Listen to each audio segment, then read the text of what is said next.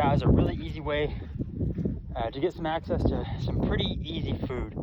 So I'm out here at this lake, and on a decent sized body of water like this, you know, after some decent rains, which we've had the last several days, we've had probably 3 or 4 days almost non-stop rain.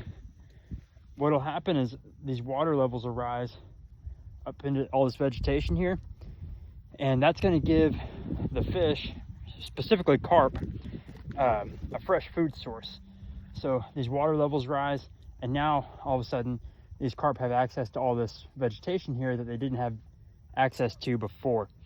So carp is a really easy food source. I've taken several with spears. I've caught them by hand. I've killed a whole lot with a bow. So it's a really easy food source. But after a nice rain like we've had the last several days, you just want to find these areas with this vegetation, this knotweed and all this stuff like that, and just slowly walk, and you'll see their backs sticking out of the water.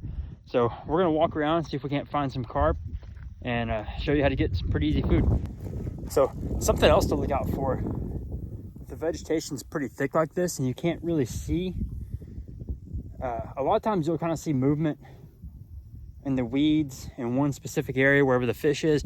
But if it's kind of windy like it is today and you can't see the water very well or the shoreline very well, a lot of times you can kind of stop and just listen for a minute.